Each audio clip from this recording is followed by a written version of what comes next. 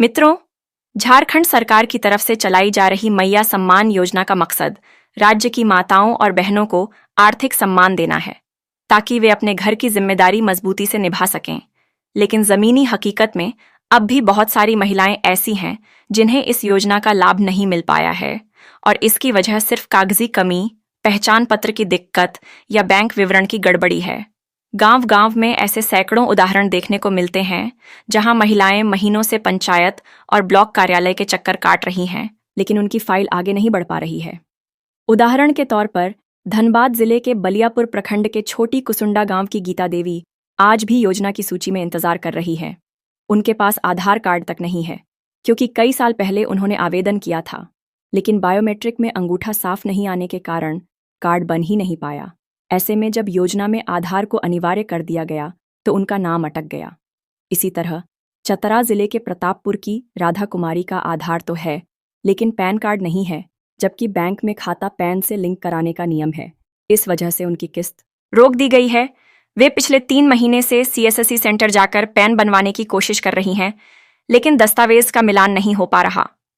लोहरदगा जिले की फूलमती देवी की समस्या अलग है। उनके पास वोटर ID ही नहीं है, क्योंकि कई साल पहले उनका नाम मतदाता सूची में दर्ज नहीं हुआ, और तब से अब तक नाम जुड़वाने के लिए फॉर्म तो भरा, लेकिन सुनवाई नहीं हुई। जब योजना के सत्यापन के दौरान वोटर ID मांगी गई तो वे खाली हाथ रह गईं। पलामू जिले में भी बहुत सारी महिलाएं हैं जिनके पास आधार है, पैन है, वोटर ID है, लेकिन बैंक खाता पति के नाम पर है और खुद का नहीं है। ऐसे मामलों में भी भुगतान रुक गया है। साहिबगंज के बरहरवा में रह रही पार्वती मिंज का बैंक खाता सही है, लेकिन उसमें आधार नंबर गलत दर्ज हो गया। इस वजह से आधार खाता लिंक नहीं हो पाया और पैसा वापस लौट गया। कई जगहों पर यह भी पाया गया कि जिनके पास आधार है, उनका नाम और जन्मतिथि आधार में अलग है और बैंक खाते में अलग। ऐसे में तकनीकी गड़बड़ी से भुगतान फंस गया। गुमला जिले में आशा देवी जैसी महिलाओं ने बताया कि उनके पास सभी पहचान पत्र हैं, लेकिन बैंक में मोबाइल नंबर अपडेट न होने से OTP नहीं आ रहा और भुगतान अस्वीकृत हो रहा है। रांची के ओरमांझी में सुनीता कुमारी की स्थिति तो और भी पेचीदा है। उनका आधार कार्ड पति के पते पर है, लेकिन बैंक खाता मायके के पते से जुड़ा है। जब डेटा मिलान हुआ तो पता अलग होने के कारण किस्त रोकी गई। कई महिलाएं तो ऐसी भी हैं जो आधार, पैन और वोटर ID तीनों से वंचित हैं, खासकर पहाड़ी और जंगल इलाकों की, जहां सरकारी कैंप पहुंचना मुश्किल होता है।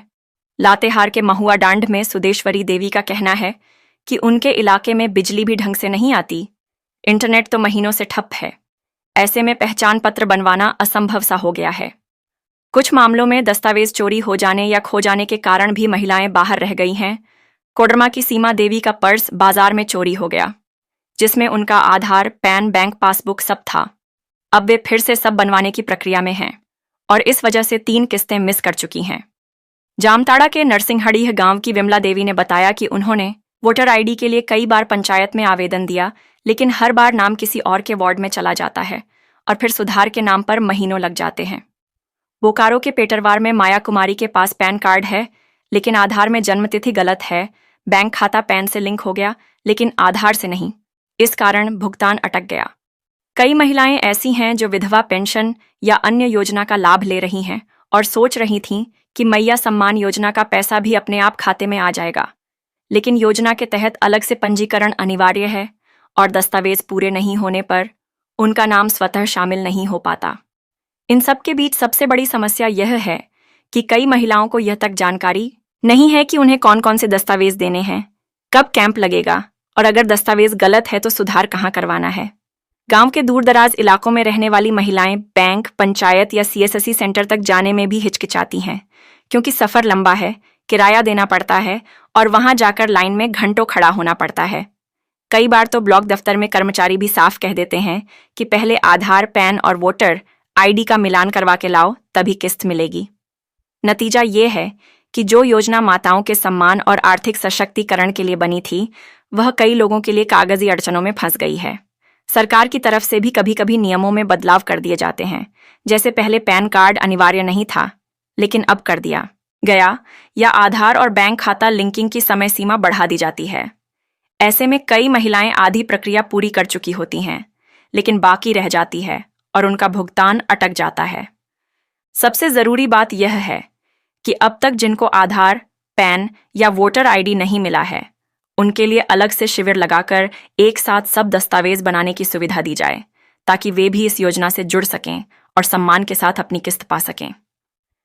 गांव-गांव में जागरूकता फैलाने और दस्तावेज सुधारने के लिए मोबाइल वैन भेजी जाए।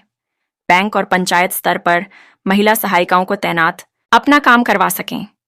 जब तक यह नहीं होता, तब तक गीता देवी, राधा कुमारी, फूलमती देवी, पार्वती मिंज, आशा देवी, सुनीता कुमारी, सुदेश्वरी देवी, सीमा देवी, विमला देवी और माया कुमारी जैसी हजारों महिलाएं अपनी हक की रकम से वंचित रहेंगी और यह योजना अपने असली मकसद तक नहीं पहुंच पाएगी। हमारे चैनल से सुंदर सुंदर जानकारी मिलती है। अगर हमारी दी हुई जानकारी वीडियो पसंद आती है तो लाइक, शेयर, सब्सक्राइब जरूर कीजिएगा।